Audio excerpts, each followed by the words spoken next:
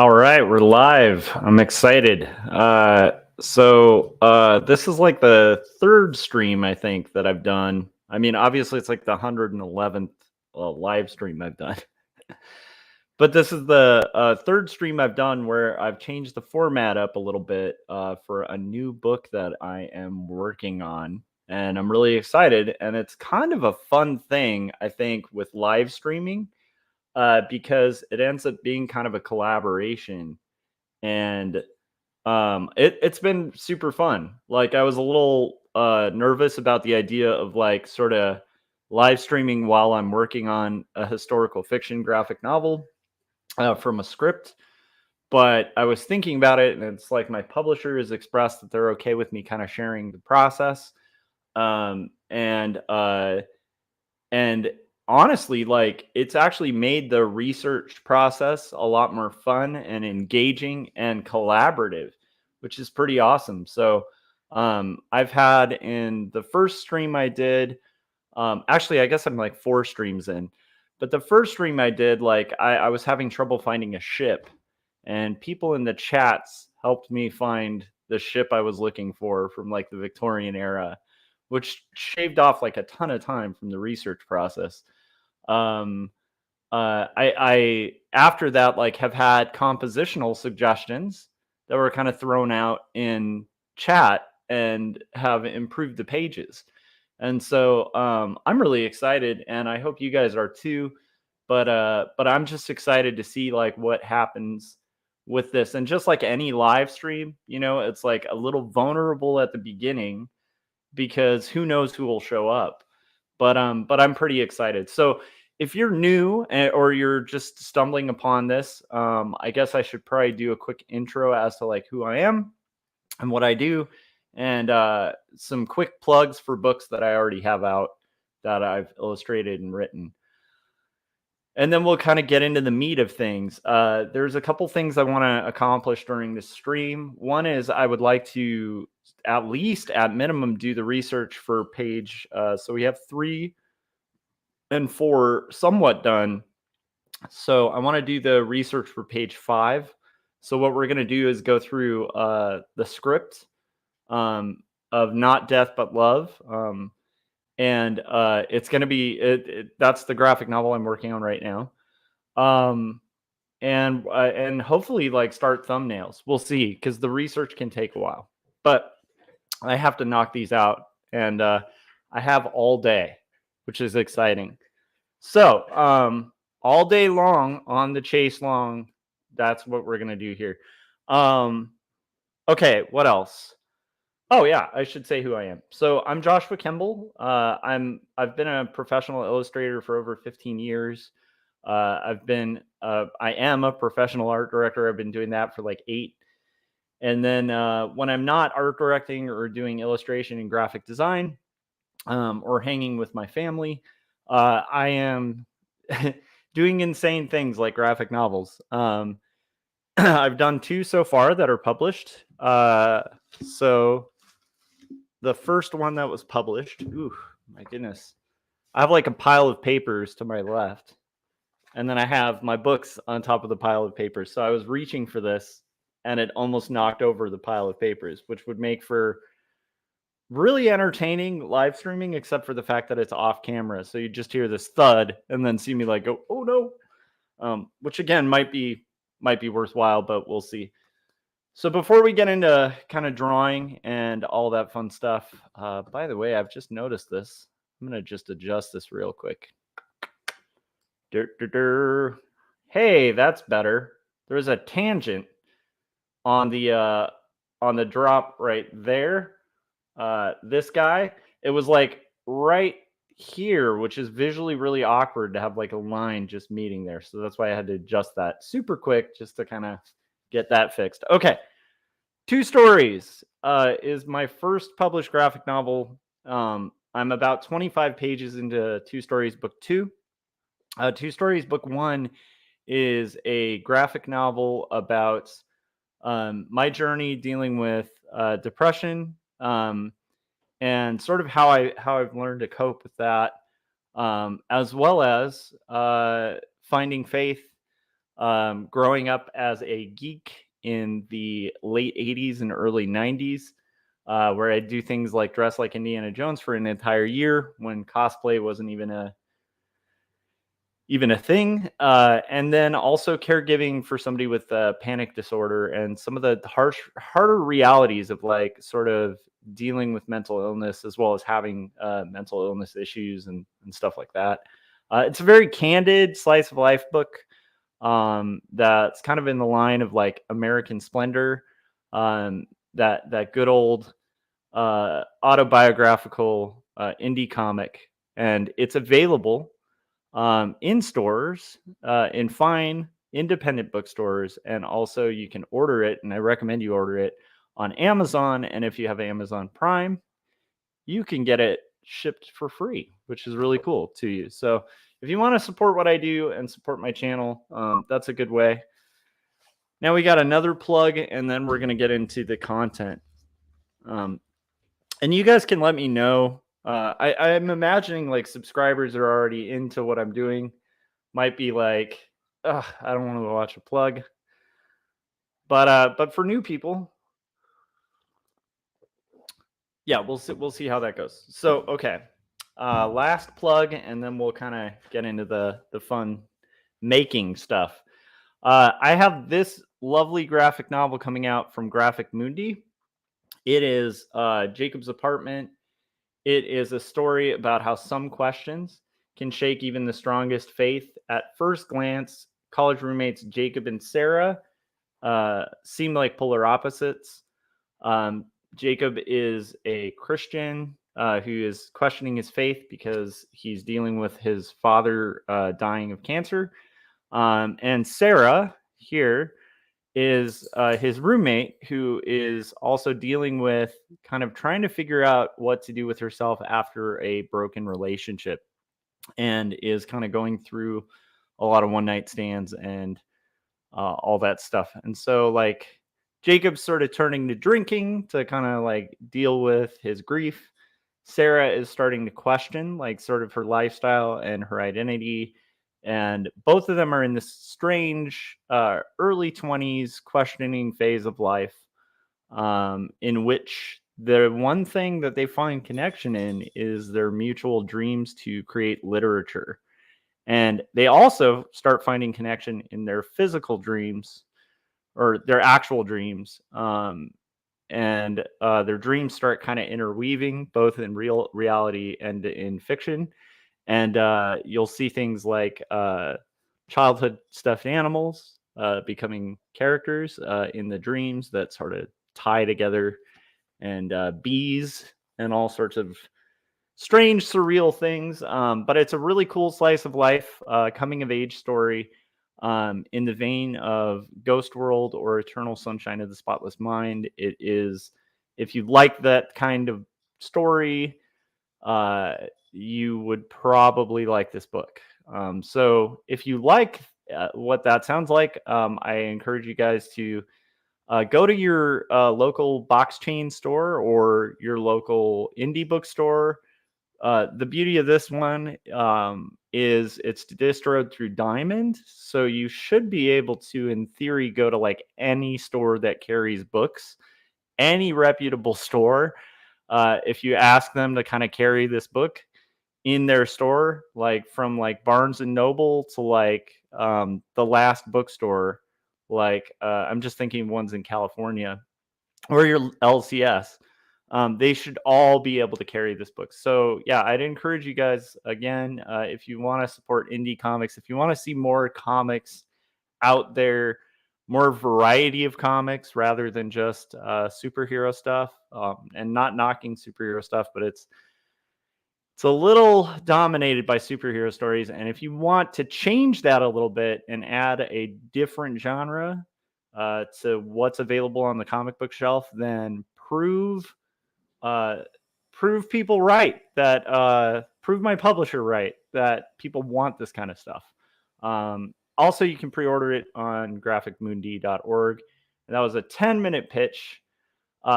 Second Street Marvel. Hell yeah, dude. Good to see you. He said, sweet. Is this your new one? Yes. And it's in previews, dude.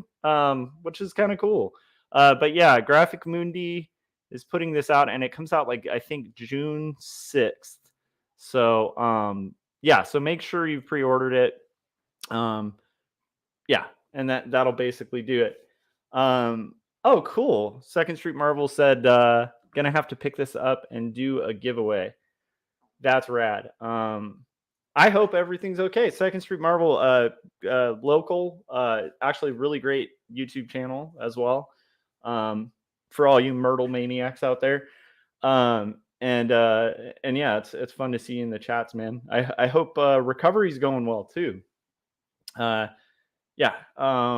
it's crazy.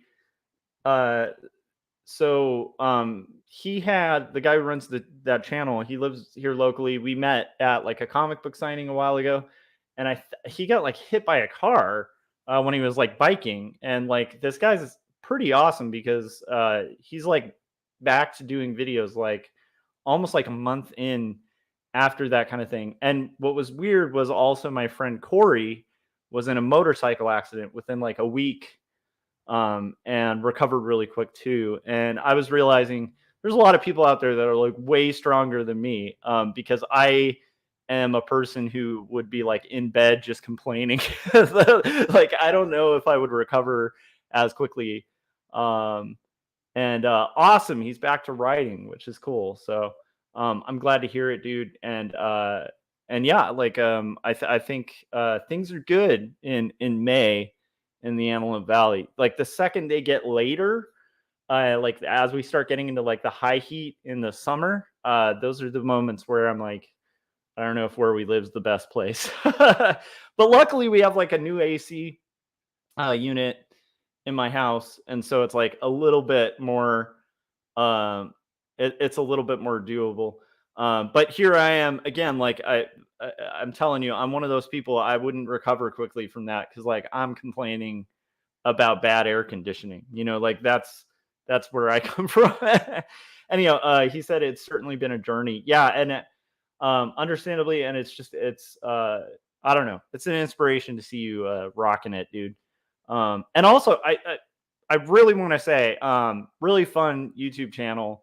Also, just I gotta help out locals, and it's like this is like representing the Antelope Valley, and it's kind of fun because I don't know a lot of YouTubers in my area. There might be, but I'm not super familiar with a lot of them. So yeah, Second Street Marvel. Anyhow, check them out. Okay, we're gonna get into this book, which is my current book that has put like Two Stories book 2, which is my sequel to Two Stories. I'm about 25 pages finished. Have the entire book roughed out. Let me show you guys. So I have like the entirety of the book roughed out. Like I have rough pages for like the entire book. And I have to put that on hold because I have another book that I'm working on. My sister and I got a publishing deal for this book about Elizabeth Barrett Browning and Robert Browning. And so I'm doing this historical fiction book. And I'm having to do research. So let's hop into it. Let's hop into this process because what I'm doing right now is just basically working on roughs. And then we'll just kind of see where we get from there. I'm a little sleepy too because I got a little delayed yesterday, and so I had to play catch up, which means like working till like 3 or 4 in the morning. I think it ended up being like 5 when I ended the stream. So it's gonna take me a couple cups of coffee, and if I'm not on point, call me on it, guys. Frank's in the chats. How's it going, Frank? Salazar Art Nation, Tarako Creative Cast, good dude as well.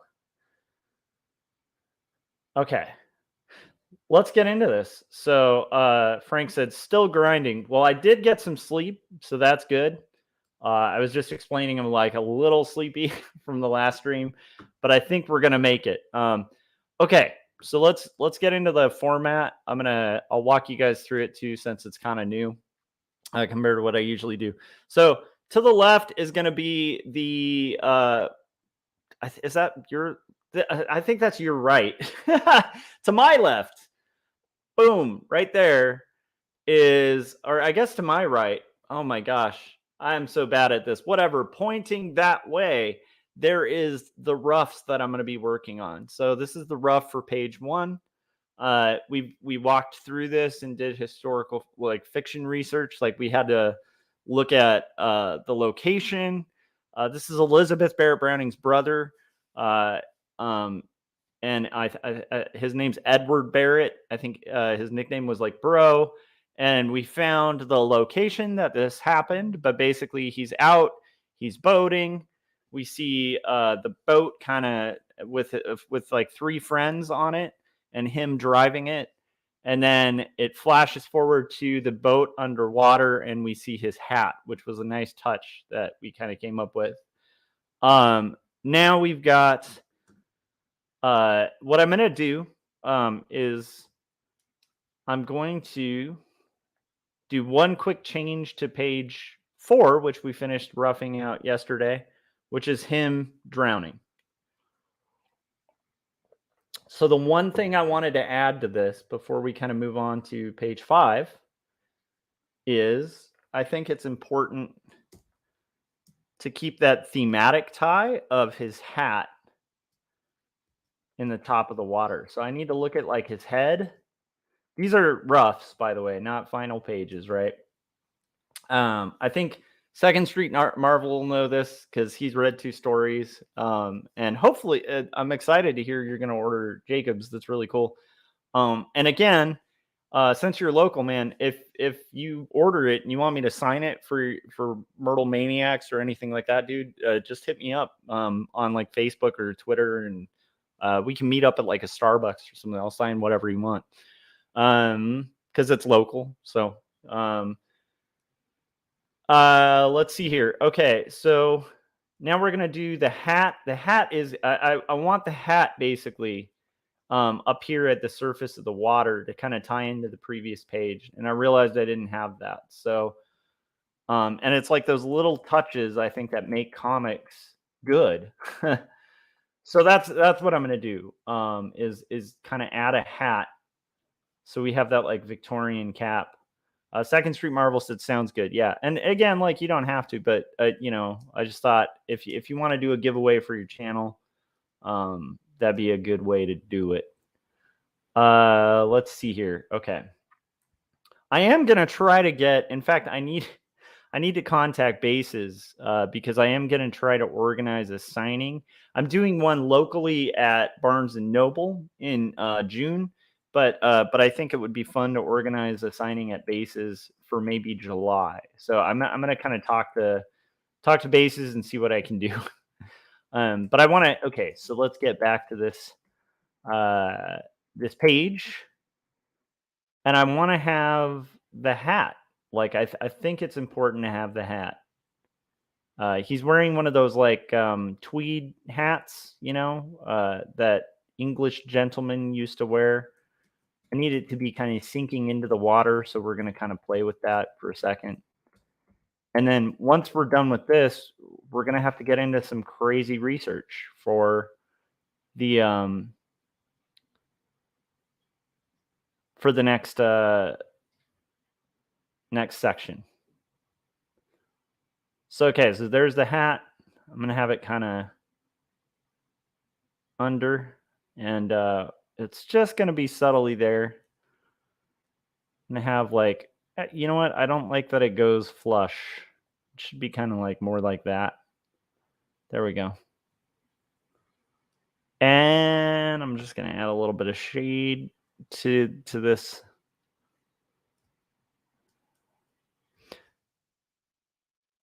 So for anybody just tuning in to this, okay, let's kind of go through what this is. I have page 4 pulled up of the script, but what I'm working on is Not Death But Love, the strange supernatural story of Elizabeth Barrett Browning.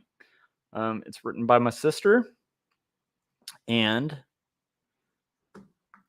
we are basically polishing the thumbnails for page 4. or not the thumbnails, the roughs. I keep making the mistake of calling roughs thumbnails, and very justifiably, I had an artist who was, I think, feeling kind of strange because they were like, wait a minute, my thumbnails don't look anything like that. And I had to kind of clarify, like, I'm sorry, I'm a moron. I'm calling these, yeah, see that hat? I know it's small. I know it's a little touch, but it's like when it gets to the final, I think it's little touches like that that make comics awesome. That took 2 seconds. So that's a thumbnail, like that right there up top. That's what my thumbnails look like, right? Um, like they're a thumbnail, like they're tiny little thing. And then this is like a rough page. So I apologize to the artist that was like, "Why are your thumbnails like crazy detailed?" No, no, no. I'm not much different. I'm just doing roughs at this point. And to be honest, like my roughs probably take way too long, but that's how I work, especially on this process. So, okay, so we got page 4. I feel good about that page. Frank said, "Are you going to have a Victorian shark swimming in the background?" Yes, I need to. We had a joke before because it's like an actual historical fiction book about the Brownings, but we were joking that it would be hilarious if like the last page, like the page where we have the boat, where it kind of says like Torquay, England, 1840 or 1850. Sorry, I'm blanking out on the date it says. But we were joking that it would be funny if it was like a bunch of Victorian guys with monocles and like Uzis, and they're all on like a jet ski. And then it says like Torquay, England, 1850. It's, I think that would be pretty amazing. That's for another comic idea in the future, is like Victorian jet ski riding assassins, I think. With who fight like monocle bearing, top hat wearing Victorian sharks. So great idea. I like that. Paul's in the chats. How's it going, Paul? Yeah, so it's a good Sunday. We're gonna make this happen, and now we're gonna do some research. So, I was explaining. So that's where we're gonna do the roughs. That's also where you're gonna see when I'm looking stuff up, because a lot of these pages are gonna require a lot of research before I even can put pen to paper. And then down here is the section of the script that we're working on. So that's going to be super important. And I noticed that this is showing a previous section. So let me double check that is refreshed. So we're going to do,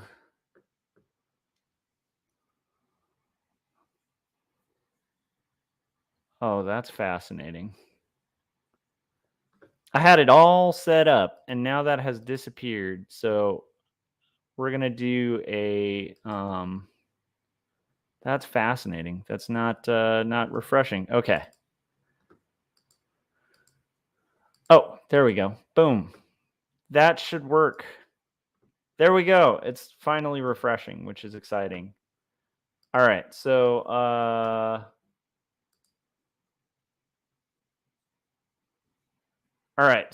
Paul was asked how the family's doing, and he said everybody happy and healthy so far. And Paul Pate is a really good cartoonist in his own right, and I'd encourage you guys to check out that Detective Perez Welcome to Rust City comic. I'm really enjoying it. I'm about halfway through it.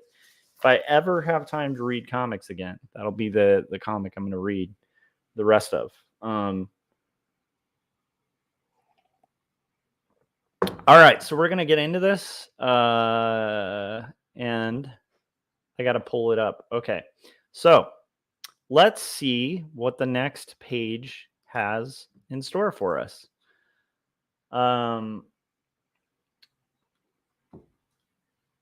Frank said, "You know what's refreshing? An ice cold can of Sprite." Oh my goodness. What is going on with this page? Okay, here we go. Okay, 4. Now we're going to pull up page 5. Okay, this is what we're going to work out here. Maybe we can thumb it real quick.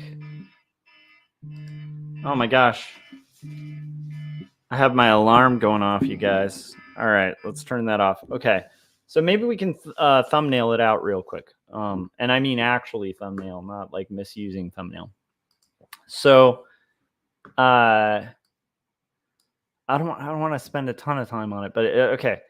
So it's gonna have like, okay, so we have it's night. Rain pours onto the cobblestones. I feel like, I like the idea of, okay, so we have like our page.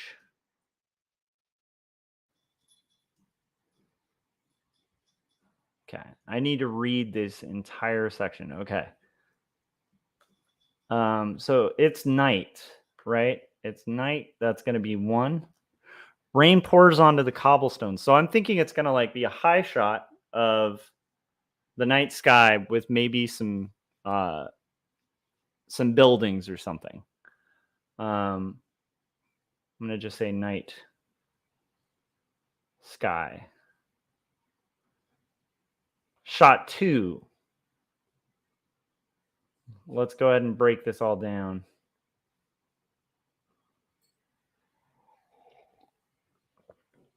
Paul said, my son that lived in Texas just moved to Georgia. I hope that's a good move. And then he said, so I got to ask you, how's Texas? And he said, I thought I felt a loss in the Texas force. You guys crack me up. Okay. Number 2. Rain pours onto the cobblestones. So this is going to be I think I want it to be a shot of cobblestone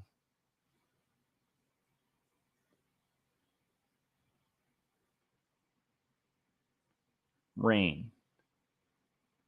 Okay. I'm just trying to kind of list out what do I need to have here. Okay. We have a carriage passes in front of the door to number 50. A 4-story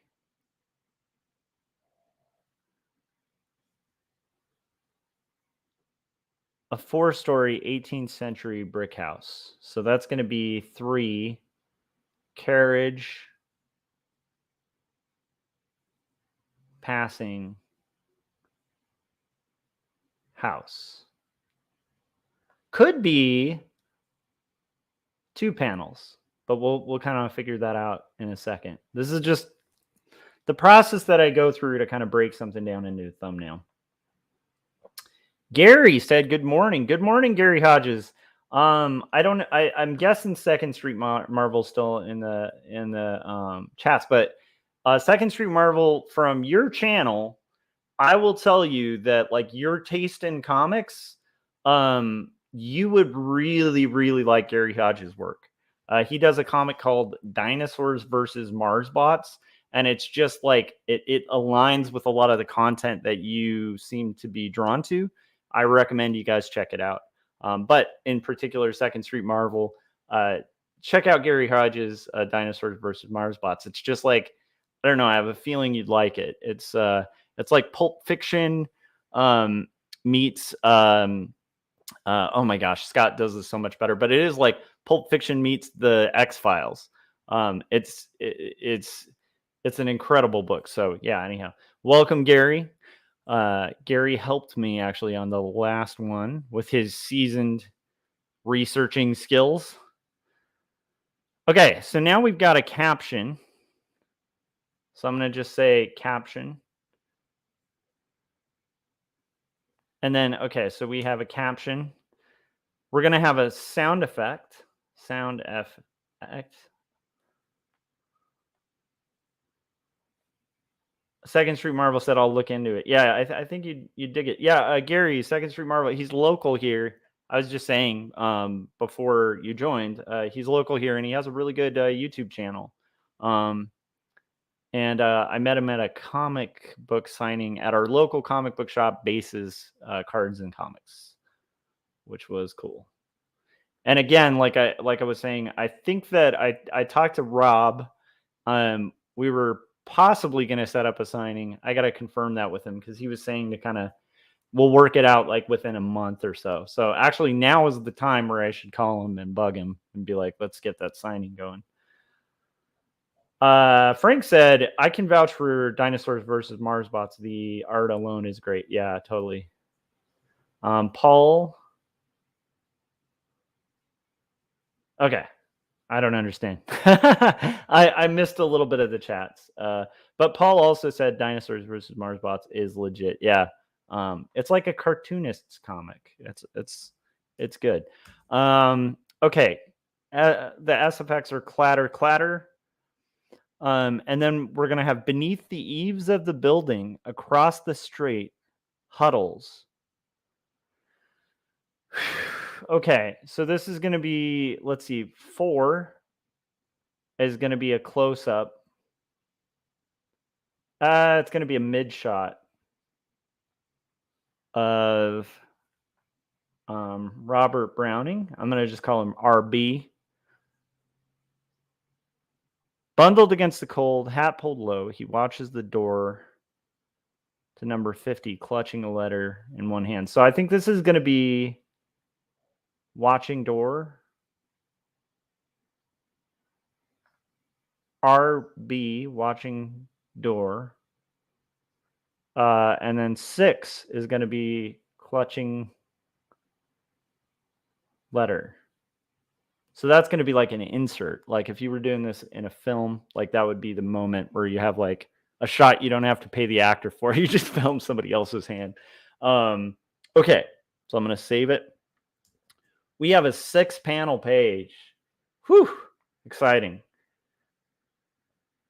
Philip said, unfortunately, I'm just about to head out to work, but I thought I'd pop in and say hi. Thank you, Philip. Have a good day at work, buddy. All right.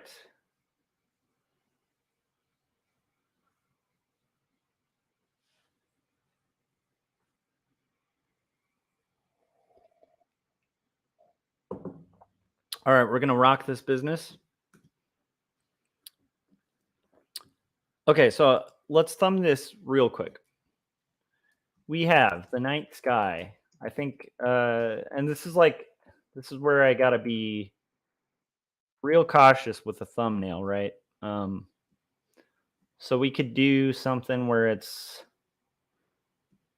I kind of feel like that should be like a twofer.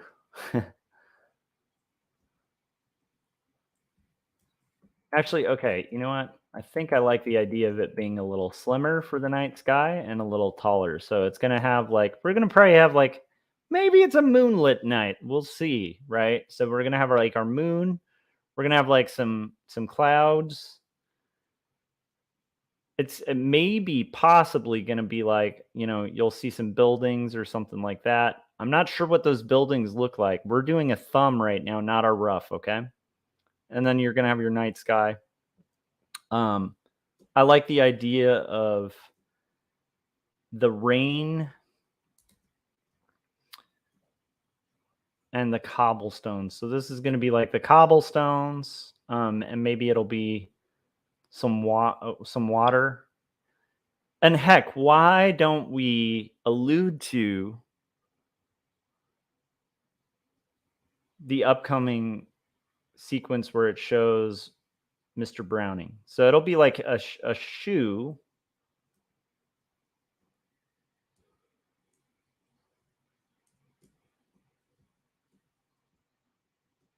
And maybe we're going to have like some street stuff too. So, okay, we've got rain. We also know it's rain, so let's get the rain in this panel too, right? Okay.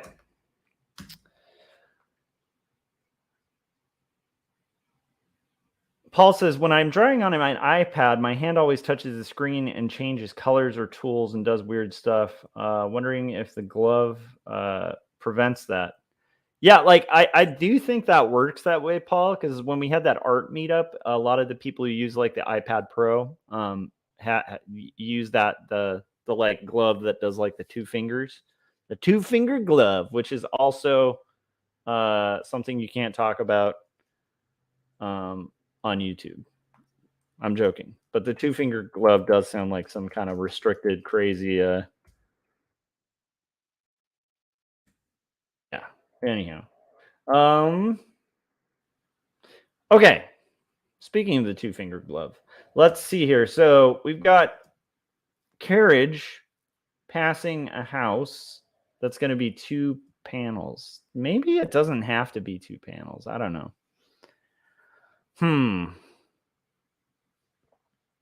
Now I'm not sure if I like the white, and the reason I bought a pack is I forget I even have the glove on, and I end up wearing it when I'm going somewhere else. I put it in my pocket, and I forget where I put it. That makes sense. Jeremy suggested a specific type of glove for inking, which he was saying like kind of prevents like the smudging.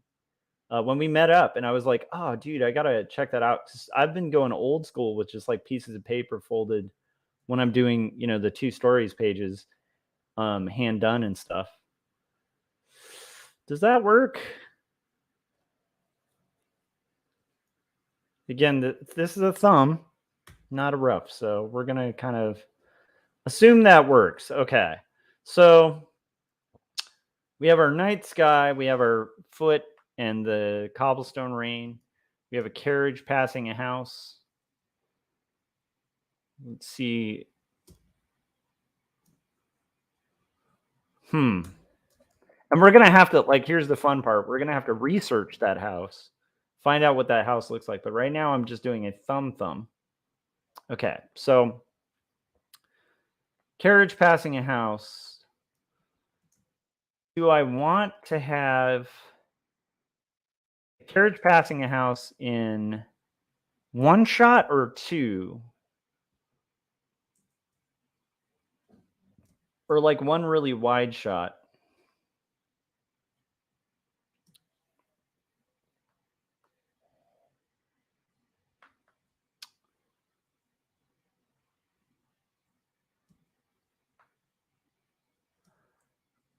I think I like that idea of it being 2. I hate to do the grid where it's just like a grid, but I think that's pretty much called for here. So we're gonna do like almost like a Steve Ditko thing right now. Okay, so we're gonna have our carriage. That's gonna be like our horse, right? And it's gonna be like, I'm a horse in a thumbnail. And oh goodness. And this horse is gonna have a monocle because it's a Victorian horse. I think that would be amazing. You know what? I should do the angle here a little bit. Okay. This is just a thumb, but I might be spending a little too much time on a thumb, but I like that idea. So I kind of like the idea of it being, maybe it's like the horse is coming towards you, right? And we're going to have like the carriage here. Carriage is going to be here with like maybe the dudes. Again, we're going to have to research the carriage. I think for carriages, I instantly think of the BBC Panorama, Sherlock Holmes. So that might be what we'll look at to see if we can find like a good carriage, because I think there is like a carriage in the intro. Okay, and then we're gonna have that building, that door, and it's gonna be like a 4-story. I don't know. We're gonna have to see what it looks like.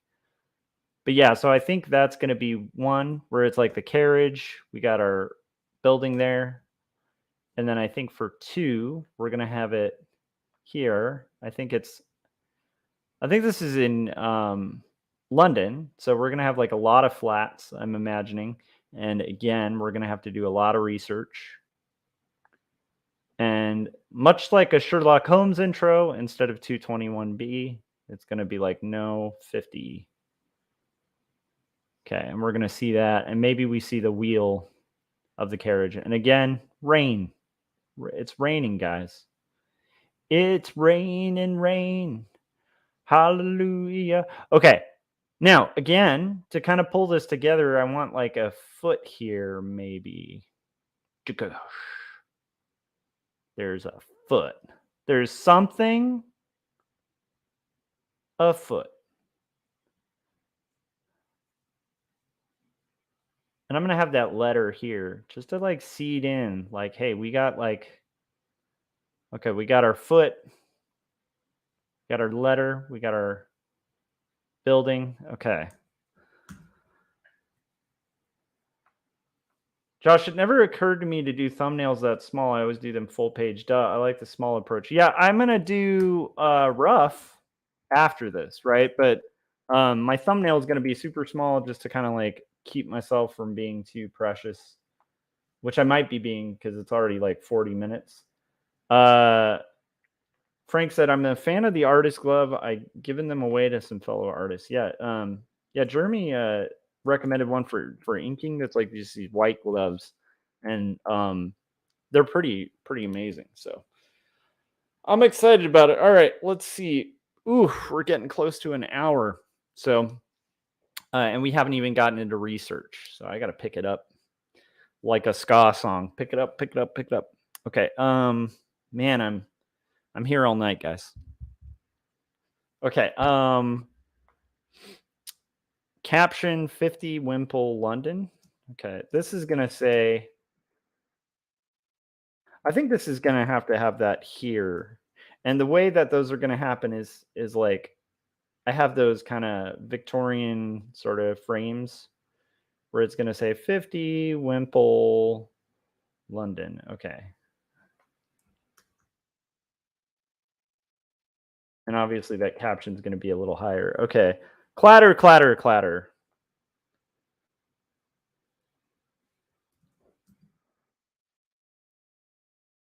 Okay. We're going to do clatter. And then I think I'm going to actually do clatter.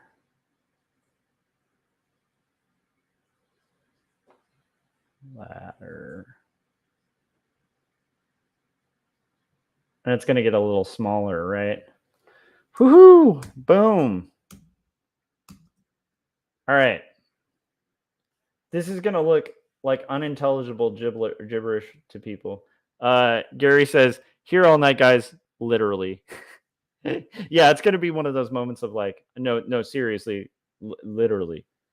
Paul said, is there a website where I can file a restraining order on Frank? I think I'd like to have one of those too. frankbegone.com is a favorite for that. I love it. You guys are goofballs, man. Okay. Watching door. And it looks, my handwriting here, this is definitely not my nice hand lettering stuff. Because that looks like I wrote watching Dune. Have you guys seen the movie Dune? That would be funny. We should do a pair. Okay, our Victorian shark movie is going to be called Dune, Doon. That even been made? There has to have been a parody or like a riff on Dune, Dune. That's Dune, Doon. That would be hilarious. Let's do it. Let's do this, guys.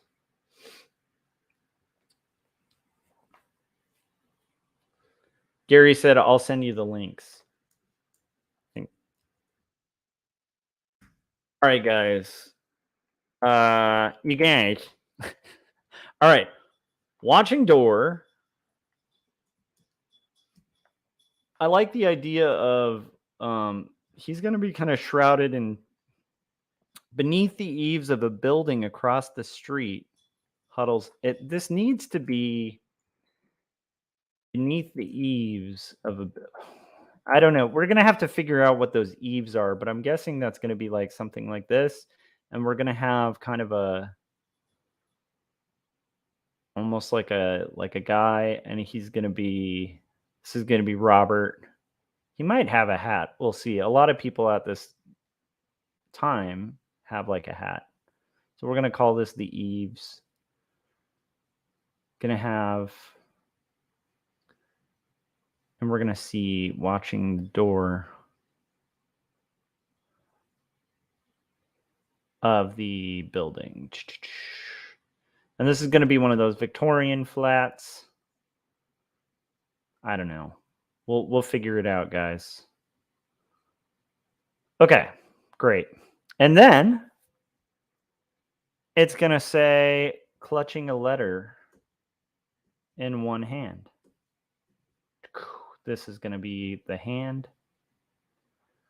clutching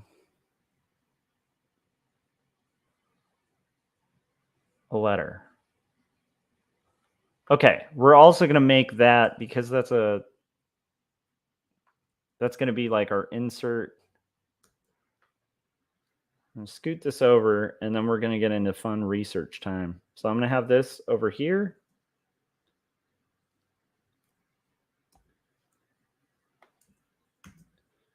And this is, okay, this, you guys, just to like clarify from before, because I was miscalling our rough a thumbnail, and I want to own my mistake. This is a thumbnail, right? Some people can do these in like 10 seconds. This is what a thumbnail is, and then what we're going to be working on for the rest of the stream is research, and then a rough. A rough is a little closer to final, and it's kind of more what you show a client. This is like my map for what we're researching. I'm happy with that. The one thing I think I want to do is I equally don't think we need a giant foot. So I want to kind of have a little more space for the night sky. I also think, so I think that would be much more effective to have that kind of there. So we have kind of like a thing. I also want to think about like, okay, am I creating a Z pattern? So I'm going to probably want buildings that kind of almost like lead the eye. I think that having the moon dead center wouldn't be as interesting as having the moon over here. And maybe we have like some buildings that kind of like, so we're almost going to create like a joop joop. For shape, I really like that. That works. I really like that. I think that we need something here. I don't know. We need something here to kind of create that line. And I like the idea of this kind of leading somewhere here, which again, I really like those lines. And I do want to kind of have it needs something. I don't know. We're going to have to figure out what that is, but maybe a street sign to kind of lead us back here. Boom. Which will lead us down. So reading pattern will be bop, bop, bop, bop, bop. And that is my thumbnail. Okay. I'm going to step out for a second, have a quick vape, which is a terrible habit, but I have it. And also I need to get a refill of coffee. And now we're going to get into the fun research stuff. Gary Hodges, how dare you have convinced me to do historical fiction? This is insane. Because like, okay, we got our thumb, but a historical fiction, it's so complicated because, which by the way, Gary does write historical fiction, but it's like, I'm just joking. I don't think he totally convinced me of it, but he was saying like, oh, it's super fun. It is super fun, but holy moly, it's like time consuming. So now we got to go find out. Let's see. I got to find a rough idea of like what the night sky looks like in England at the time. At least, indicate it. I'm going to probably need to look up like some cobblestone streets. I need to find a carriage that's period accurate. I need to find a little bit of clothing for Robert Browning. If it's raining, what a gentleman wear in the rain at that time. I need to find 50 Wimpole Street. They're flat. And then I need to find, well, I don't know if I need to find a letter, but then again, it probably wouldn't hurt to like look at like some letters and stuff from that time. So that's all the stuff we have coming up. I'm going to disappear for about 20 seconds and then I'll be right back. And then Paul said, I like watching you do the research. That's awesome.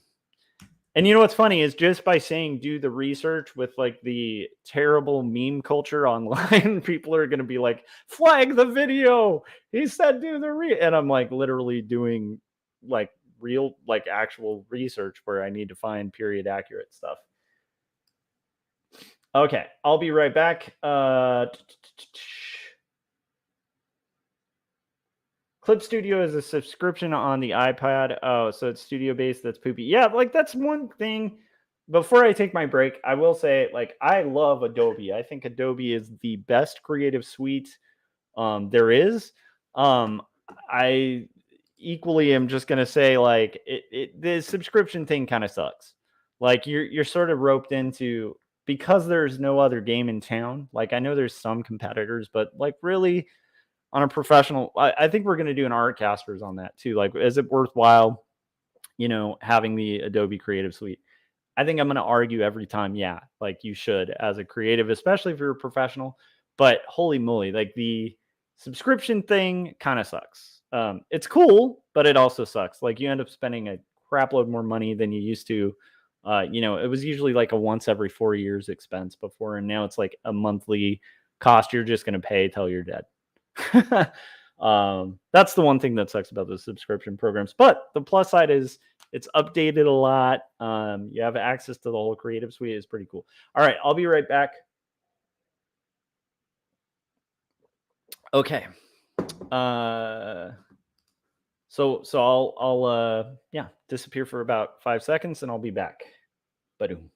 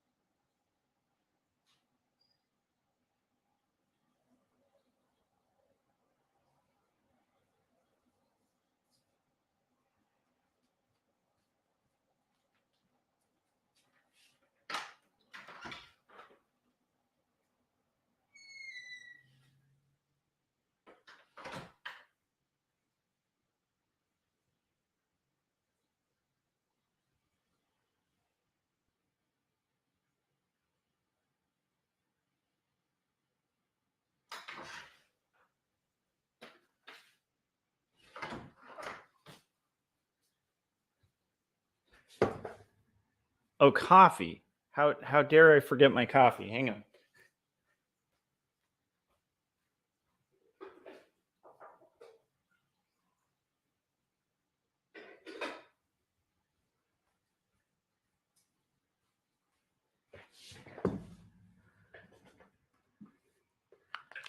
I have a friend who lives in Portland, and there was a comic book store that called Guapo back in the day. It's gone now, but it was a coffee and comic store.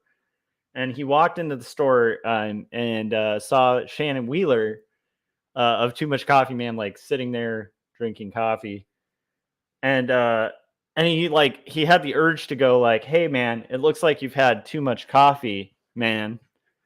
Right? But he like held back. He's like, "That's just the obvious joke. Like, I'm not going to do it." And then he said that the owner of Guapo at the time uh got like poured him another cup of coffee, brought it to him, and said, "Hey, be careful! Don't have too much coffee, man." And his reaction was just kind of like, "Yeah, I." It's like the same reaction I get if somebody's like, "Hey, I'm just joshing you." It's anyhow. I thought that was a funny little story. And actually, Shannon Wheeler was really kind to me early in my career. I had like a self-published mini comic, or not mini comic, but it was like a 22-page comic called Numb, and he gave me a quote. Like, I was just a guy who, like, I was a fan of. I read that around the same time, like Too Much Coffee Man, around the same time as like Milk and Cheese. Like there was like this kind of subsect of like indie comics at the time, and I was a fan. And I was just like, hey, can you give me a pull quote for my book? You know, like read it. If you hate it, don't give me a quote. Like if you dislike it, I don't want your quote. But if you like it, like, it'd be cool to have a quote. And then he quoted it. I think he shared it online too. It was anyhow, so but I still think that's funny. Like he must get that all the time. Like if he goes to Starbucks or whatever and a cartoonist sees Shannon Wheeler drinking coffee, they're just gonna be like, hey, okay. Uh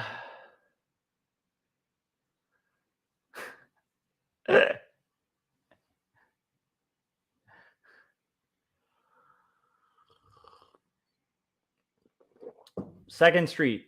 Before you start on your okay. Before you start on your comic, I highly recommend watching Making Comics 101 by Scott Zirkland.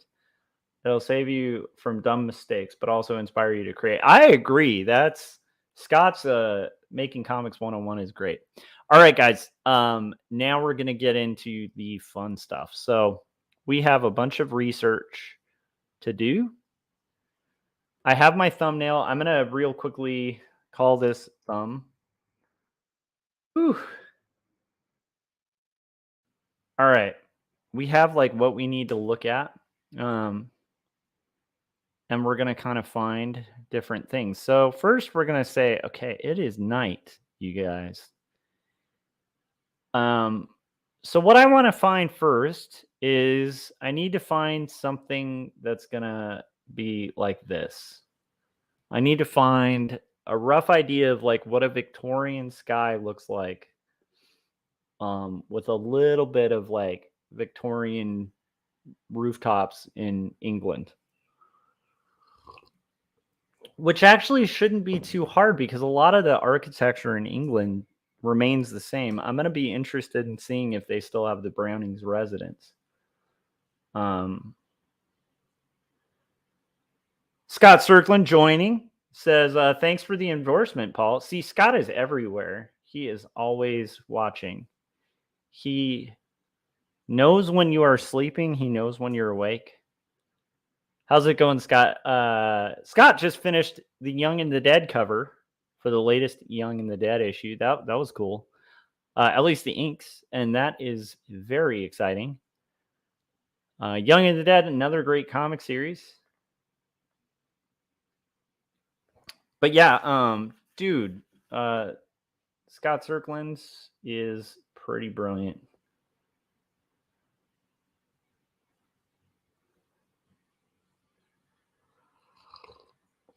Oh, Second Street Marvel. I missed this part where you said, so I want to make my own comic, write, and draw. I've been playing with Procreate and I suck at drawing on an iPad. I'm used to pencils and paper. Is Procreate okay to use? Yeah, I think you're probably good on Procreate, but a lot of the suggestions I think in the chats are pretty good. I personally don't like Procreate, but I'm an advocate for, I know I'm doing this digitally, but I'm an advocate for like, hey, if you can do it with pencil, like you should do hand done. That's what I think. I think if you can do hand done, you should do hand done. It's hand done stuff looks awesome. It depends on what you're going for. I think for this particular book that I'm working on right now, digital makes a little more sense, but I think it's like honestly like traditional comics are pretty awesome, dude. Um okay. It's night. Okay, sorry. I got lost there on the giving advice business. So let's get to researching. Exciting times. Okay, so what do we need to look for? I'm going to look for Victorian. Just start with the. Did you notice I wrote Victoria and the next result was secret? No, we're not looking for Victoria's Secret. We're looking for Victorian. Um, Victorian skyline, England.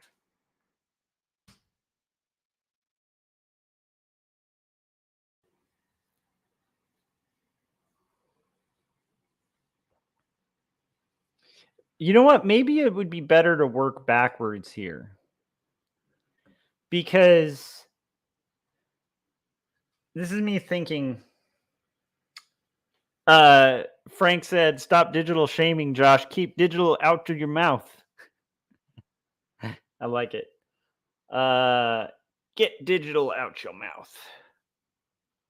Okay. Let's see here. Okay, I think we're going to have to look up the address. Let's see if we can find 50 Wimpole Street. 50 Wimpole Street, London.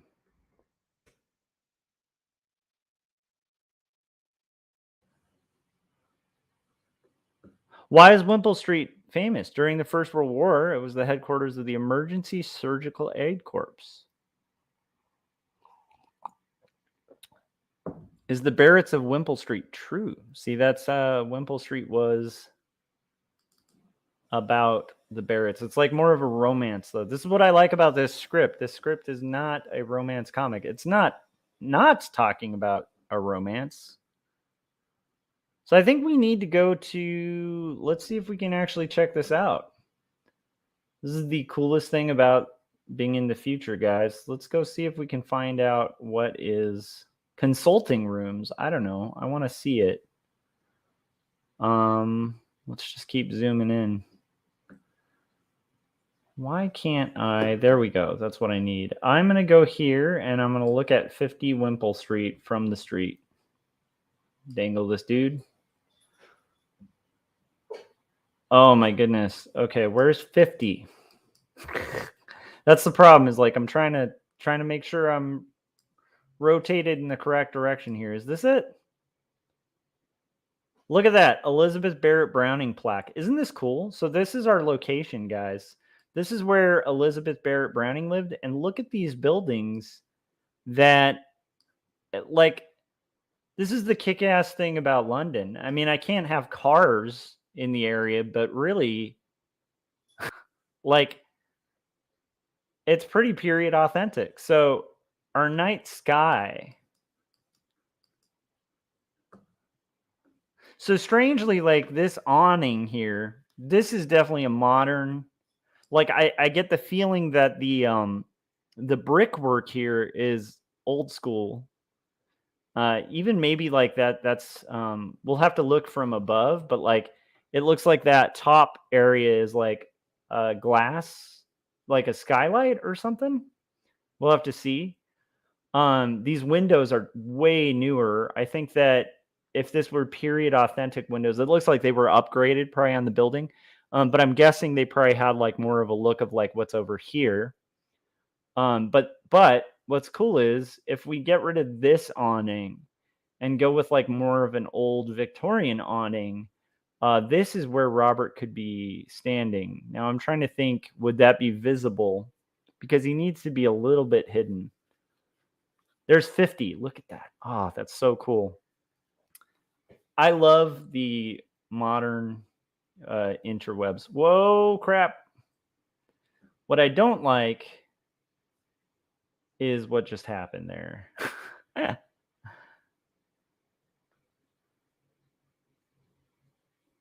Okay, so again, I want to be here. Let's see what we can do, though. Because I do want to see some of the rooftops.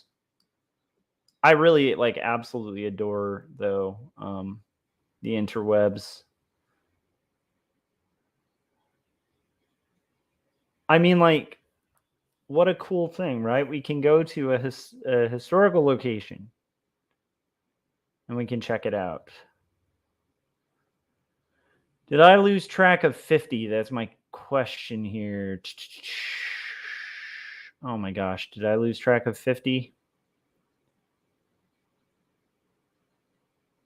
I think I lost track of it. I think it's General Dental Council, but whatever. Let's go back to that. I want to go there again. I want to go to 50 Wimpole Street. Why is this? Oh my gosh. Come on.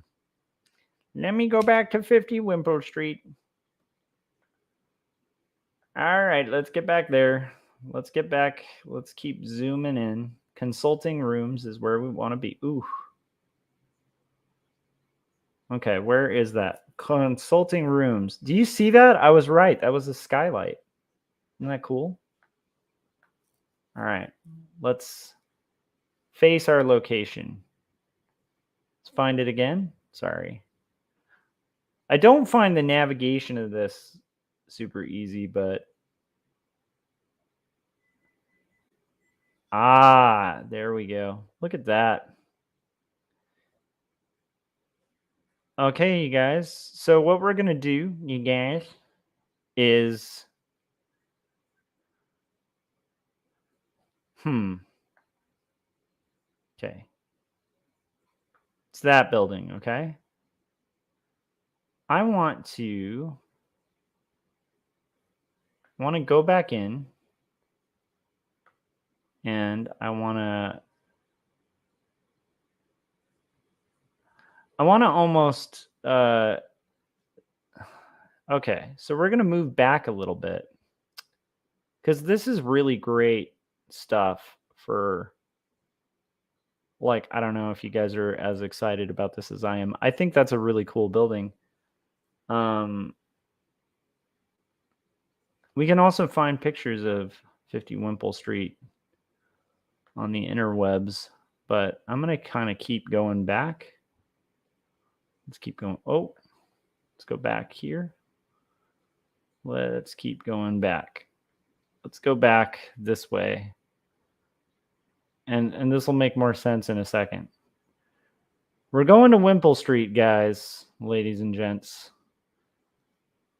That is a funny name, right? I don't know. Wimple Street sounds pretty funny to me. Okay.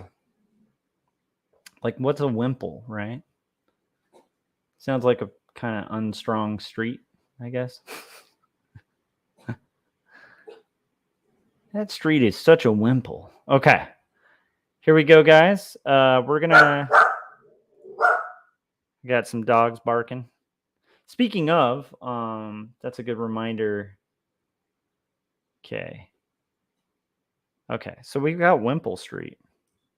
So I know what I want the sky to look like, and here's the thing. I think I'm going to actually take that lamp.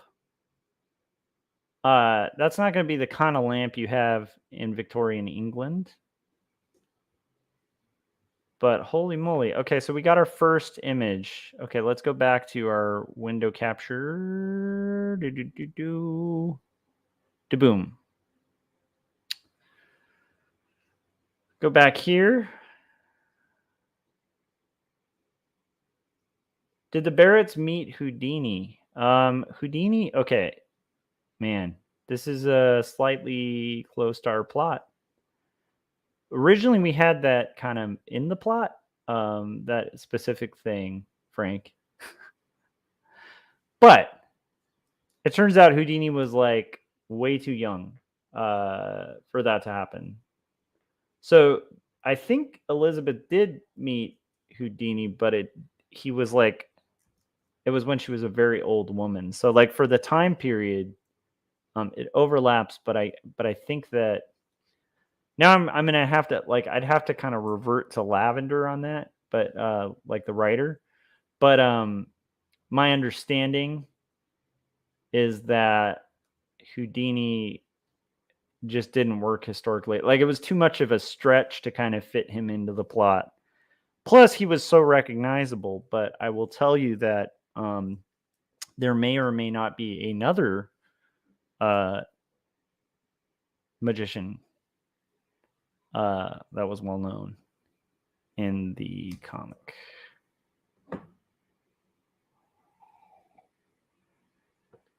Who may or may not have mentored Houdini. Spoiler. A wimple is what wimps get on their face. That was Frank. That's hilarious. So that was a bit of a spoiler. Okay, so we have... This is going to be the night sky rooftop.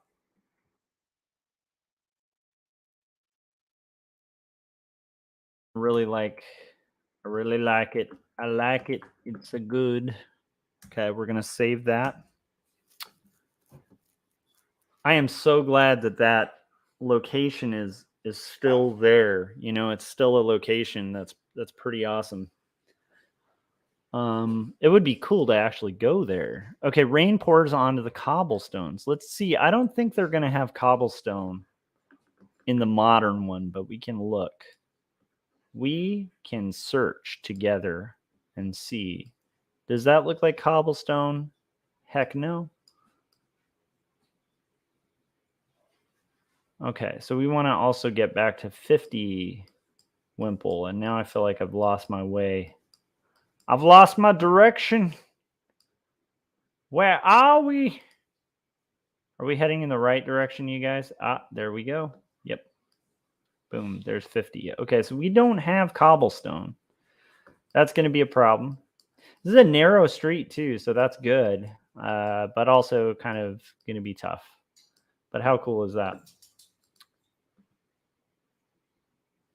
Have you trademarked keep my wife's name out of your mouth yet? My wife's name is Mai. I love that. Okay, I know Houdini got into a similar thing later in life, so I wondered if he was involved with them. I didn't know if he was in your story or not. So it's really exciting. We'll get into it. We'll get into it as these streams go, but I will tell you there's spiritualists, and then there's magicians debunking spiritualists. This is definitely a huge part of the story, which is kind of why it's fascinating. Like nobody's written this story yet. All right. Jim said, can you give me a quick summary of exactly what you're doing right now for the new viewers, Leanne? I am doing research for Leanne. Hi, Leanne. You are awesome. And Jim is lucky to have such a rad wife. I am going to say that not death, but love. The Strange Supernatural Story of Elizabeth Barrett Browning is a book that's created by my sister, Lavender Vroman, and myself.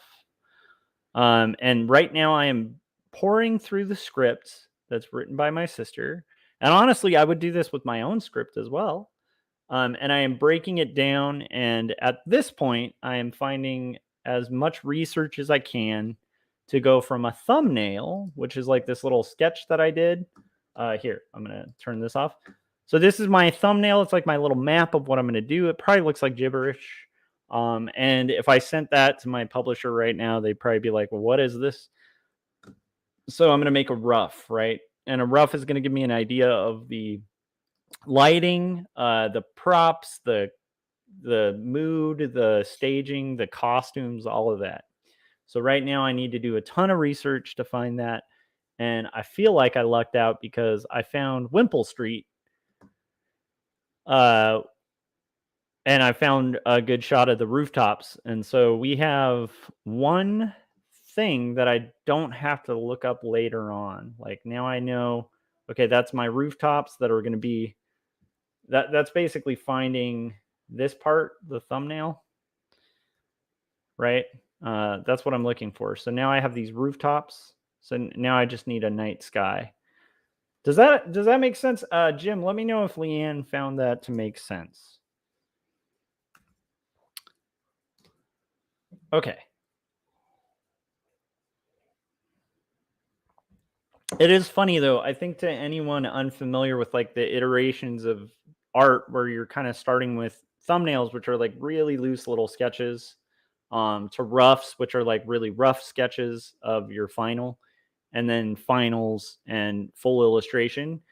Talking about this stuff, or even the process of like gathering all these images, could look like a lunatic just kind of messing around. So I hope that kind of made sense. But anyhow, okay.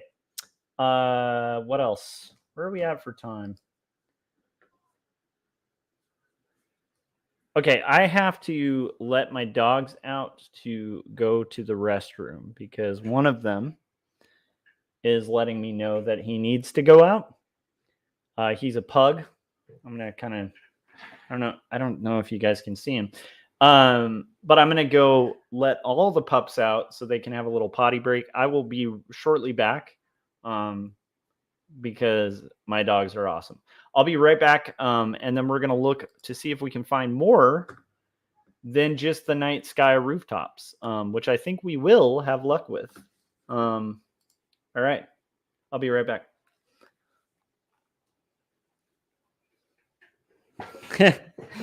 Jim said, I'm here for the Ben Campbell Minecraft session. What's going on? I love it. All right. Come on, dogs. Come on. Go outside. I knew what you were telling me. I knew. Go on. Come on, Scotch. Go on. Go on.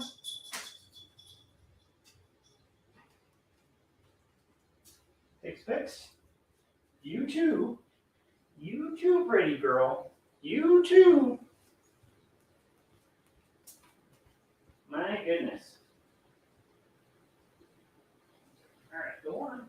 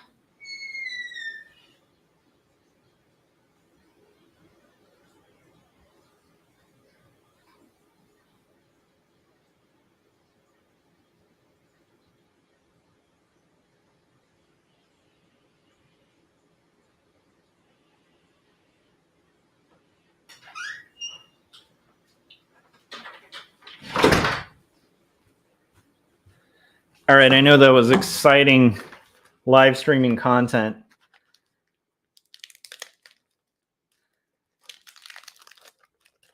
Scott was saying, you don't have time. I'm going to eat on stream. You don't have time to keep letting dogs out. You must be more efficient by investing in a doggy door. It's not a bad call.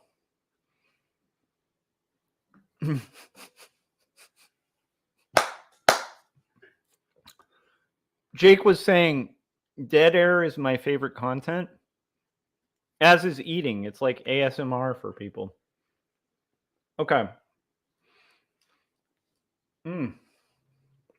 Okay, here we go.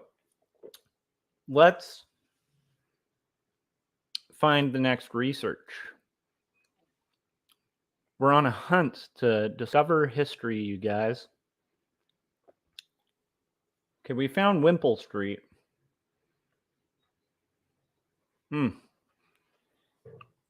Okay.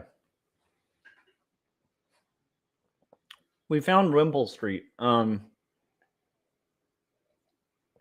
We have cobblestones and rain. Oh, we need a night sky real quick. That shouldn't be too hard. Let's find like a nice, misty, crazy night sky. That's not too bad. Just have to find my window here. Okay. I'm going to keep that open because I think that's pretty good.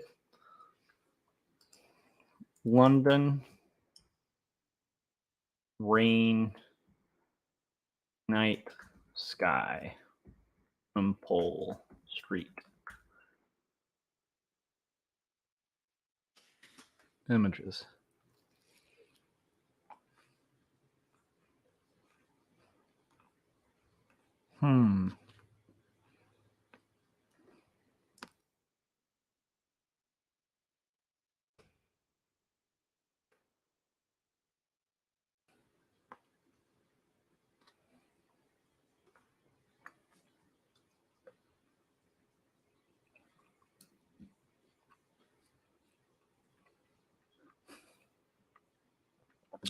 Leanne says you need to get up every hour so you don't get blood clots. I told her you do.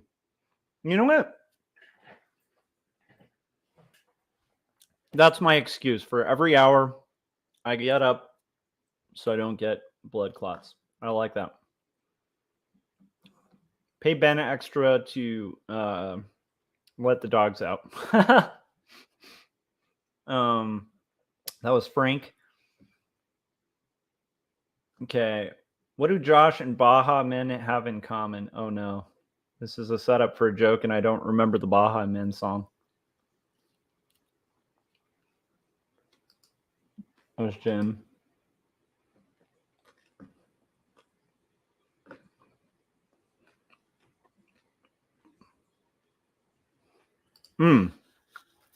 Perfectly fit the stream meta. Leaving the stream, check. Eating while streaming, check. Now we need the bathtub. That's true. I'm going to be doing a hot tub stream in a second, and then I'll have ticked all the boxes. Cobblestone and Rain on Wimple Street is my favorite song. They were a good band.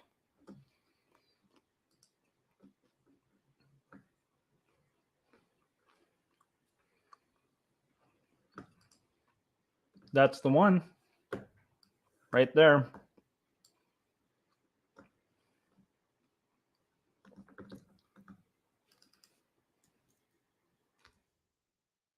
London Sky.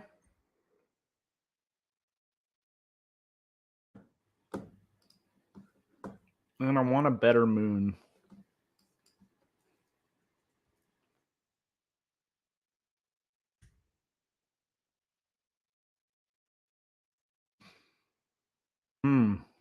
That's a good moon. What do you think about that moon? All right. We got a moon.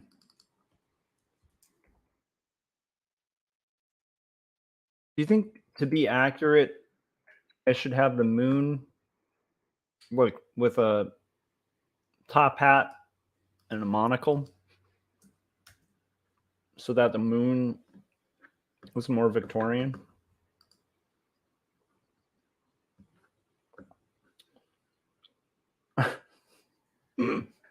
Oh, I love it. Okay. This is the Baja Men punchline from Jim. Keep my dog's name out of your house. Oh my gosh. Okay. And now I'm getting it because I let my dogs out. My brain is so like muddled and tired, Jim. That joke literally flew out like over my head. That's a space station. I like it. That's no moon. That would be funny if I like looked up the moon, found a picture of the Death Star, and was so sleepy I was just like, that'll do. All right. Cobblestone and Rain. I mean, that's not bad. Cobblestone and Rain. So my thinking here is we're gonna get the rest of our research that we need. Then I'm gonna probably break for lunch. So I'm not like totally killing everybody. Let's look up London. I feel like London Cobblestone is gonna. Yeah, see, that's a much more kind of cobblestoney vibe. Safety spells the end for cobblestone. That's a shame.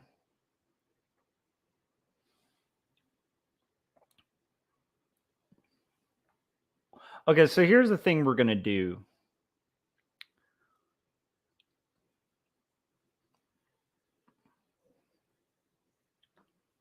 What is the? Yep. All right. Look at that. The sidewalks are very similar.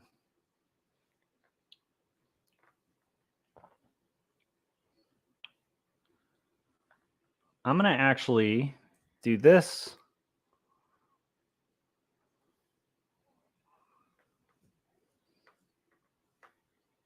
That's going to be the sidewalk.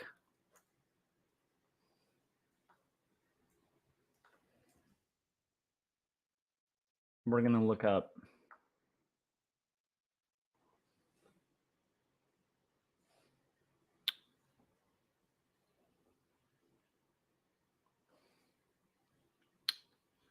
Cobblestone. I've cobbled all my stones. Oh my gosh. There's one from London, England, you guys. There's my cobblestone. Don't cobble your stones, guys. Here, if you don't stand up once an hour, you could cobble your stones. All right, y'all. Second Street Marvel said, I'm out of here. Can't wait to read the new book. Thanks, man. Thanks for stopping by. And yeah, definitely make sure you pick up Jacob's Apartment.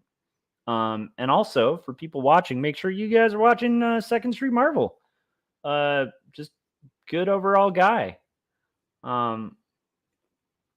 Myrtle is a good dude. And you have to watch Second Street Marvel to know what Myrtle maniacs are. But go check it out. It's actually pretty fun. Don't kidney your stones, said oh yeah, I was looking for kidney stones, not cobblestones. Okay.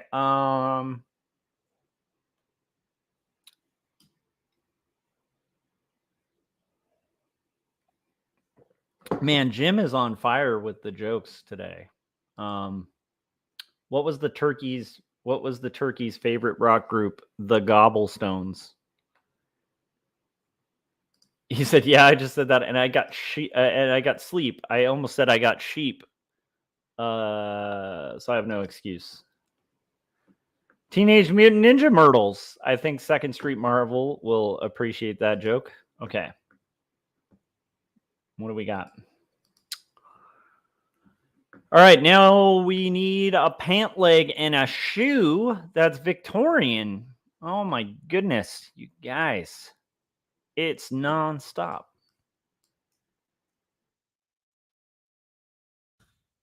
Victorian men's shoe. Images.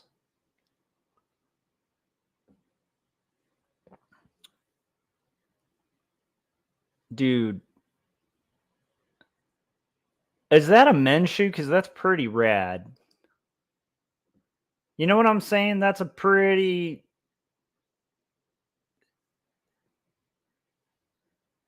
That's pretty good. I think I'm going to use that shoe.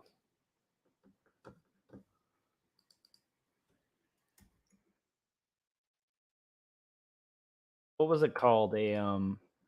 Edwin Clapp. Clap on. Clap off.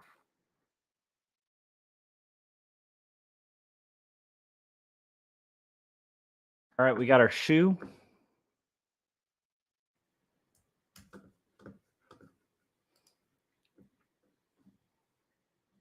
Jim was saying, get some sleep, homie. I did sleep. I just, I'm like really not a morning person. And because I slept like 6 hours, so I'm still kind of waking up, but I'm good. Oh, Frank. Frank for sure needs to get some sleep. I'm just kidding. He said, I just got my 2 hours of sleep, Jim. Okay. So we got our Victorian men's shoe. Now I want to see Victorian men's pants. And what I'm curious about is just how... All right, that's what we want to see. It looks like the fashionable thing at the time was to have really tiny feet. No, I do think this is helpful for like pant legs. It looks like they...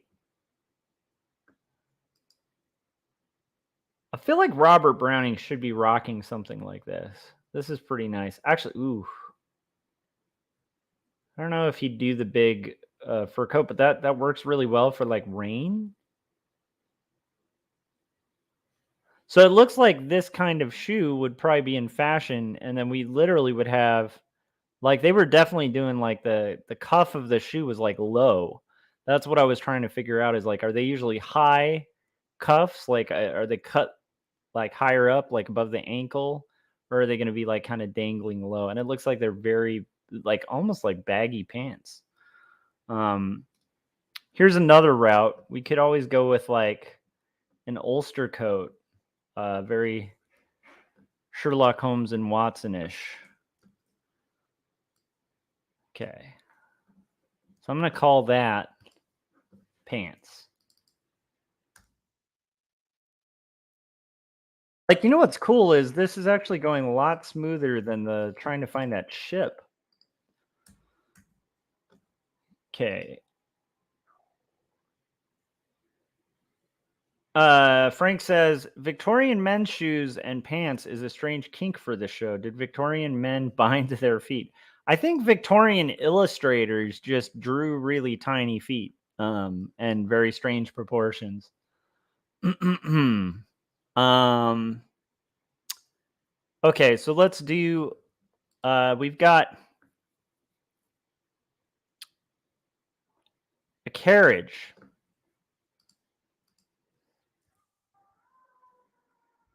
Horse and carriage.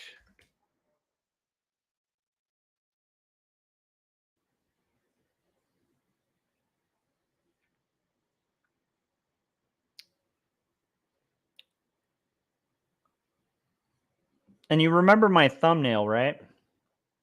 Where I want the carriage kind of coming at us. But I also don't want it to be like a Wells Fargo carriage. That would be funny, though, to have a Wells Fargo carriage.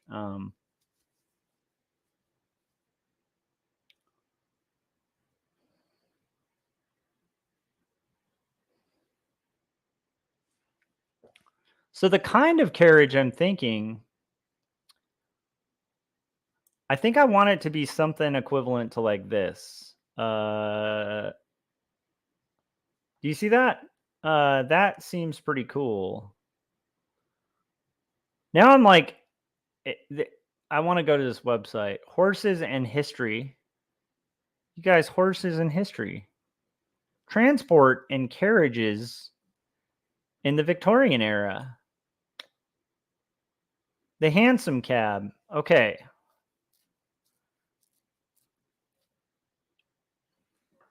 Do we want to do the hansom cab, which was like a nimble transport for the gents, I guess it says. The driver really calls the shots, opens and closes the doors with a leveler. He controlled from his seat, and fares were paid upon reaching the destination. However, if no fare was forthcoming, then the door stayed shut. Whoa. This is crazy. What do you guys think? I want your opinion. If you guys can see this. Is this sharing? Yes, it is. Okay. I would like your opinion as to whether I should go for the hansom cab, which is this one, or if we should go for the Clarence, which is like this high class one. I kind of feel like if it's just passing by, it would make more sense if it was a hansom cab. So now we know what we're looking for. Hansom cab.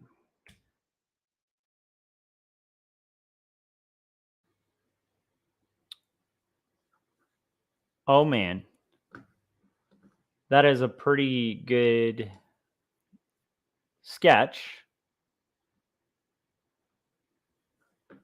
And that's like the exact angle I want.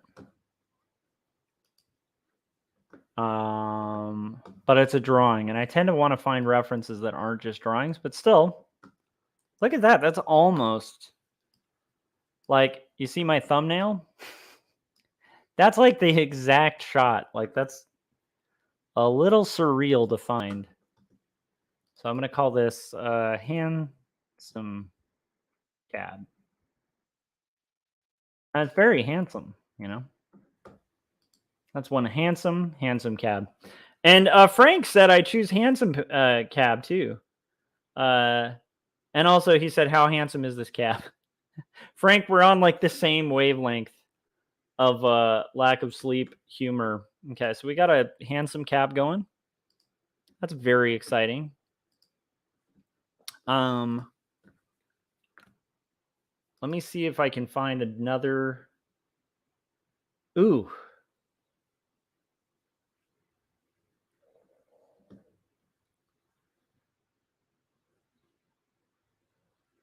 This is a pretty darn good reference too. And look at this look at this carriage driver. You see that expression? He's like, I don't know, man. If you don't pay your handsome cab stuff, I'm gonna have to lock the door. You're never gonna get out of your handsome cab. That's what that guy looks like to me. Handsome cab.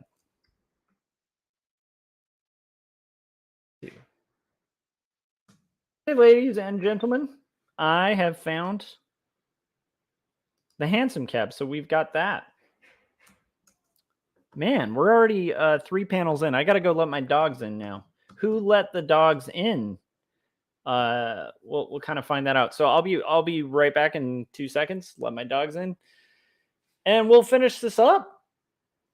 So far, not super crazy for research.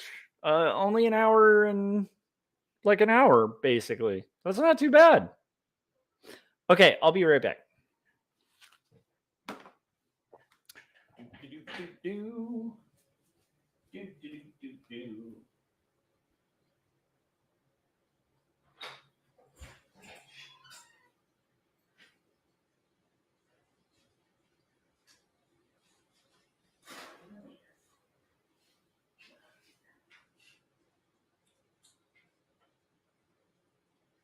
Scotch.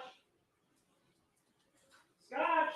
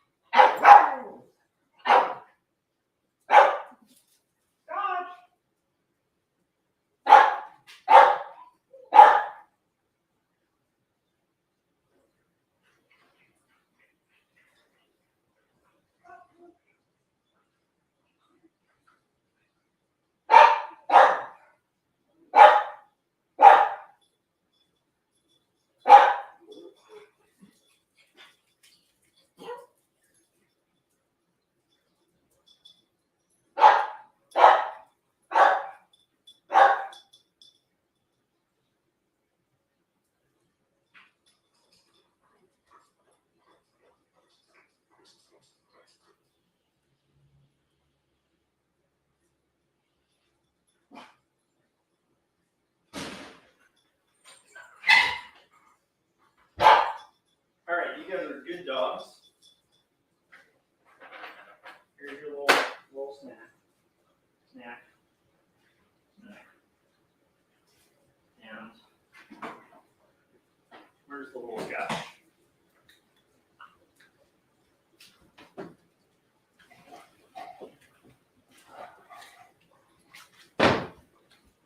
Here you go, dude. There you go. All right.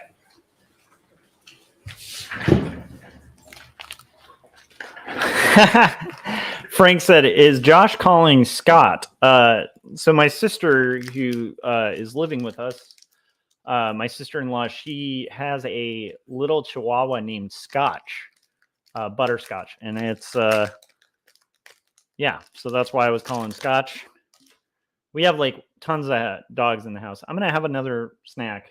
I'm eating on air, disappearing. All formalities are out the window. These are live streams. Let me know. I mean, if it bugs you guys that I'm like eating snacks on air or whatever, I cannot.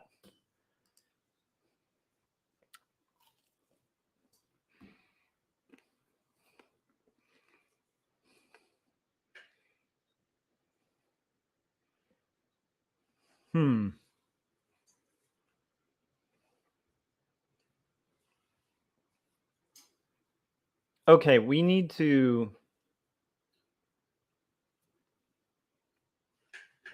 Now we're going to have a low angle for the background.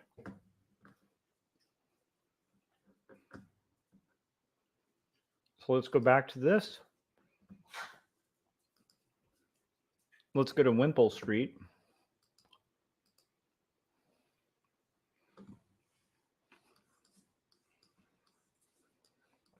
The Brownings' residence.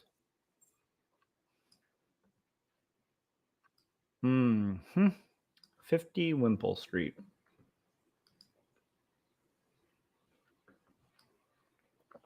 And we're doing like a low angle,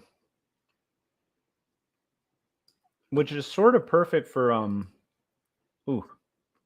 tried too low. So one of the things that Google is incredibly good at. That sort of thing. Okay, let's find it. Eating snacks on air is fine with me, said Frank. I know some people can't stand it, but it's either that or I disappear, end the stream, and then come back. And it'd be a shame because it's like I'd like to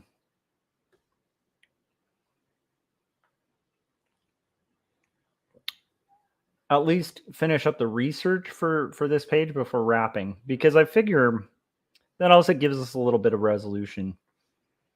There we go. Okay. We got 50 Wimpole Street, and I can invent some of this. I just want to, there we go. I want to look at my thumbnail again. My thumbnail, let's go ahead and take a look.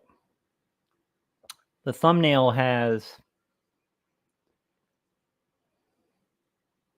I don't know if it's as much of a low angle. Okay, so this is going to be the low shot for, okay, we are going to screenshot this because that's going to be important for a different panel than panel 3 and 4. So we're going to call this panel 5 background.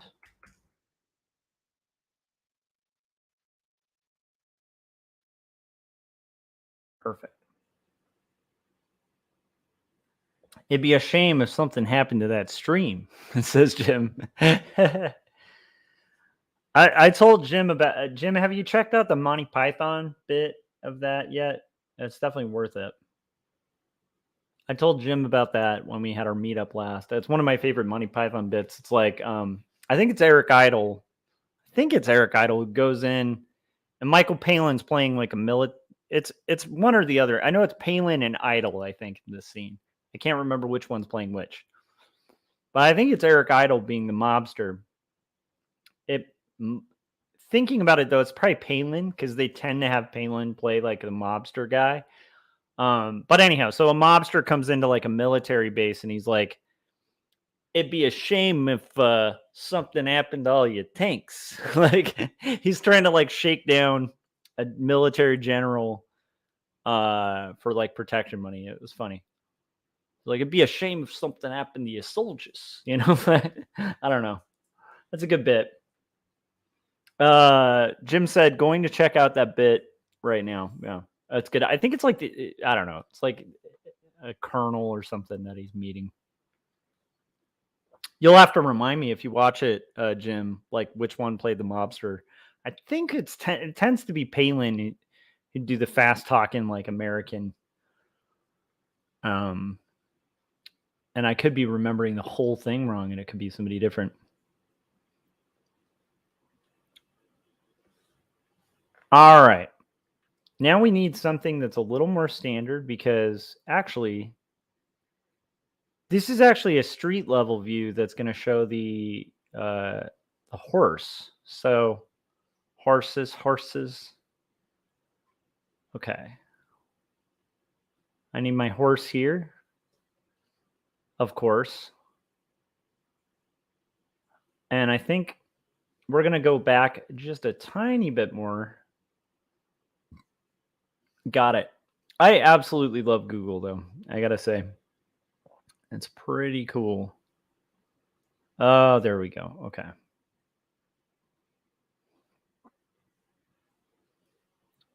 Yep, this is almost perfect. So now we're gonna do like a shift 4. I'm actually really surprised at this point how accessible this page's research is. Panels 3 and 4. So that's my background. Oh, let's call it background. Okay, so let's review what we've gone over. So it's night. We have that. Rain pours onto the cobblestones. We have that. I have a idea of like what the sidewalk and the cobblestone is going to look like. A carriage passes in front of door number 50, a 4-story 18th century brick house. It's a brick house and it's really mighty. Okay, caption 50 Wimpole Street, London, 1846. And the sound effects are clatter, clatter, clatter. We have that all. Beneath the eaves of the building is Robert Browning. And we have that background. Now I just need the beneath the eaves of a building. I'm going to look up building eaves because my brain is thinking that eaves are like the thing that are there. Okay. Bundled against the cold, hat pulled low. So he definitely is going to need to be in like a hat. Okay. Now we're looking that up.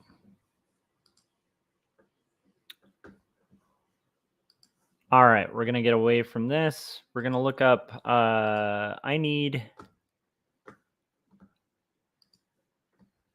Robert Browning. We're going to find, he had a strange beard. And we're going to make it a little less strange. But this is a really good example of Robert Browning and who our character is.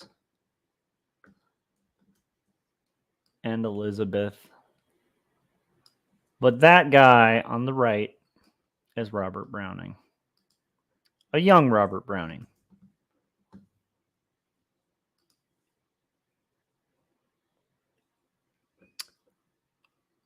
Robert Browning.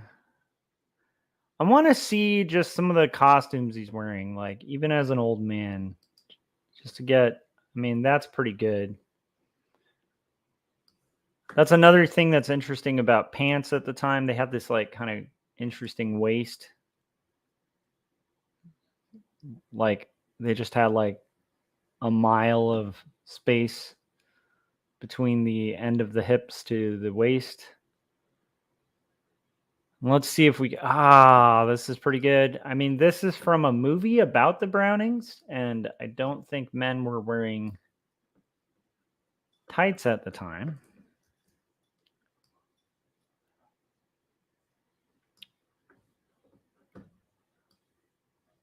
And that's definitely a way too young Robert Browning, but let's keep looking.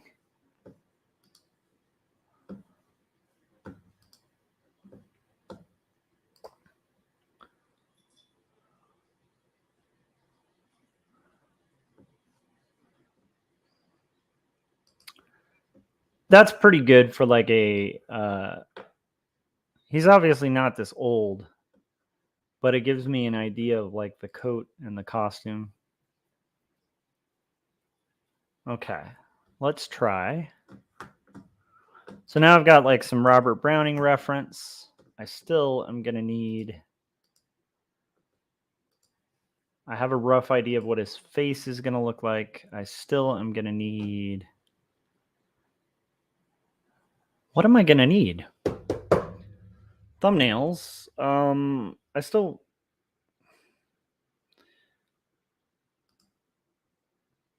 wonder if he owned a hat. A particular hat, or if we can just throw him in a fashionable hat of the era. I'm gonna look up 1850s fashion. Let's see, men's clothes.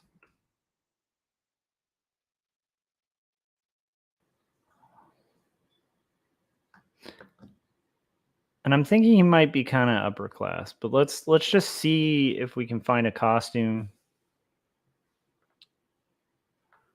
I'm gonna look up. I'm also gonna look up. Did Robert Browning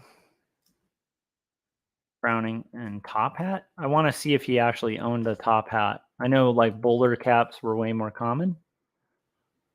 And I also know that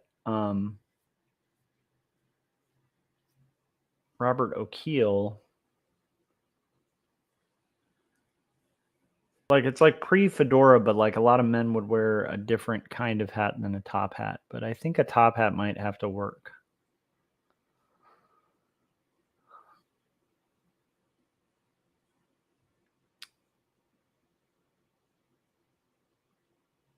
I think a top hat might have to work. I really like this. Look at this.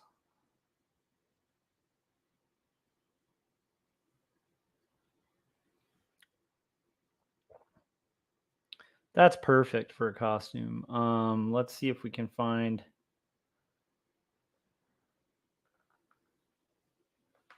Oh, this is good too.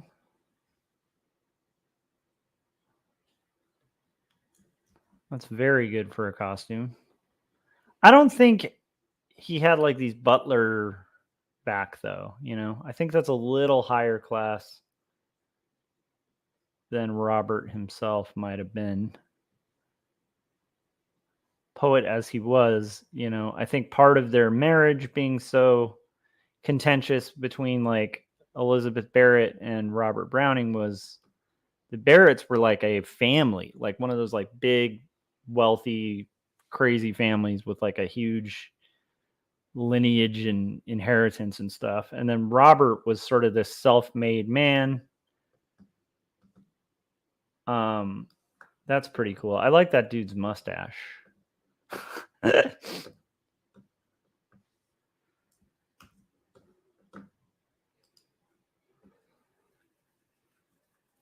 We're going to just get a few more references of clothes, and then the reference section of this stream is done, which means it might be lunchtime. So let's see here. We're about to wrap it.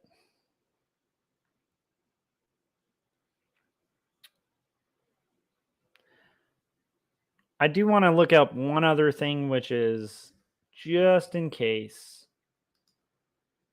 I want to see what Victorian letter London. Yep.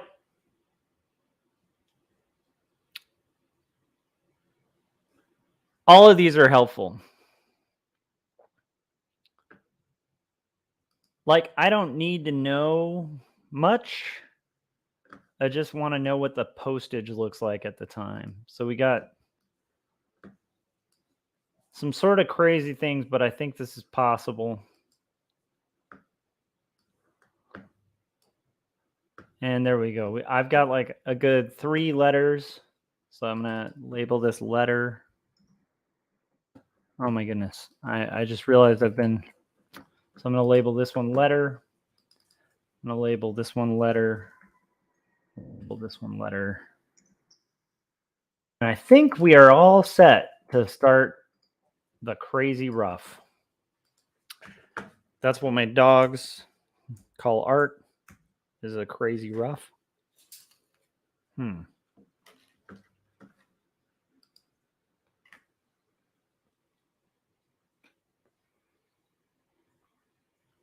It'd be funny if we found out that the top hat and cane were just photography studio props and no one actually used them in everyday life. Huh.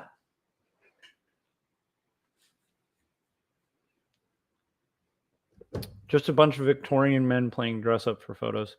That's possible. I mean, hats were like a real sign of social status. So that's why like your average kind of like business guy at the time wasn't walking around wearing like a giant top hat, even if they owned one. It's like that was like their nice hat. Really wealthy guys would just rock them every day because they're just like, yeah, I got money. But I think bowler caps were like more the common businessman. Can't really afford a top hat. I think also people had fashion taste then, but I think the hat itself was like a status symbol. You couldn't afford a bowler cap, then you had like a golfer's cap or like the little straw caps. And then I think everybody like wore one of those straw caps like when they went sailing or whatever. Because it's like a hat that again, if you lost it, it's just straw. Who cares? Probably why they wore it sailing, right? Like that's a hat you could have blow out into the ocean. You'd be like, meh. Whereas if you lose like your super expensive silk lined top hat or whatever. All right, I think we're in good shape. I'm gonna call it for this stream, which is just under 2 hours, which is pretty cool. I'm gonna probably come back on in about 30 minutes after I have lunch and kind of finish work on these roughs, like actually make the full roughs.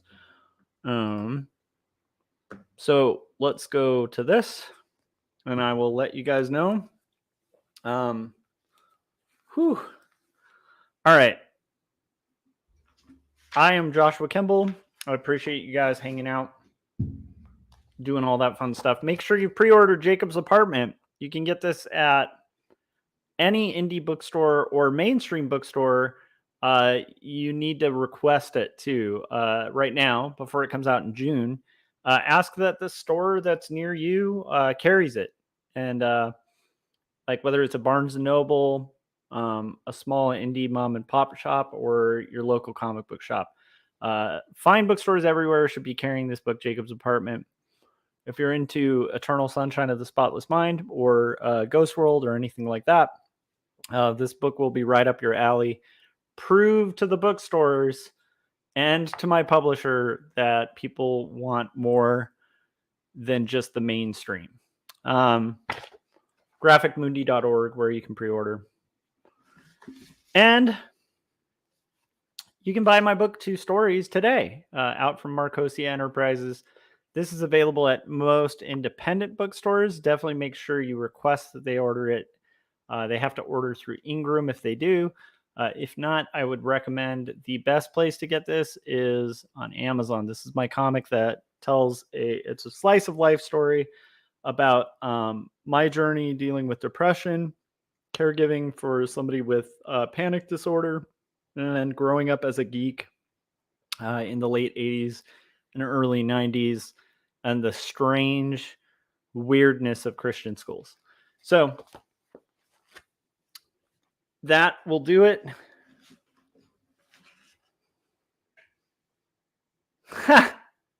I love it. Frank said, I'll ask my local comic shop if they carry Two Stories, and if they say no, I'll say they should, and I'll walk out. I love it. But I will also say, like, Jacob's Apartment, it's available through Diamond, so they should have no trouble at any shop ordering that. That'll do it, guys. Thanks to everybody who hung out in the chats and just kind of stopped in and hung out with me and did some research with me. I'm excited about getting back into this and doing roughs, but I also need to eat some food. So I'll see you guys after. You guys should probably eat food too. So I will see you guys after, and have a good night or day. I need to eat. Okay. Bye.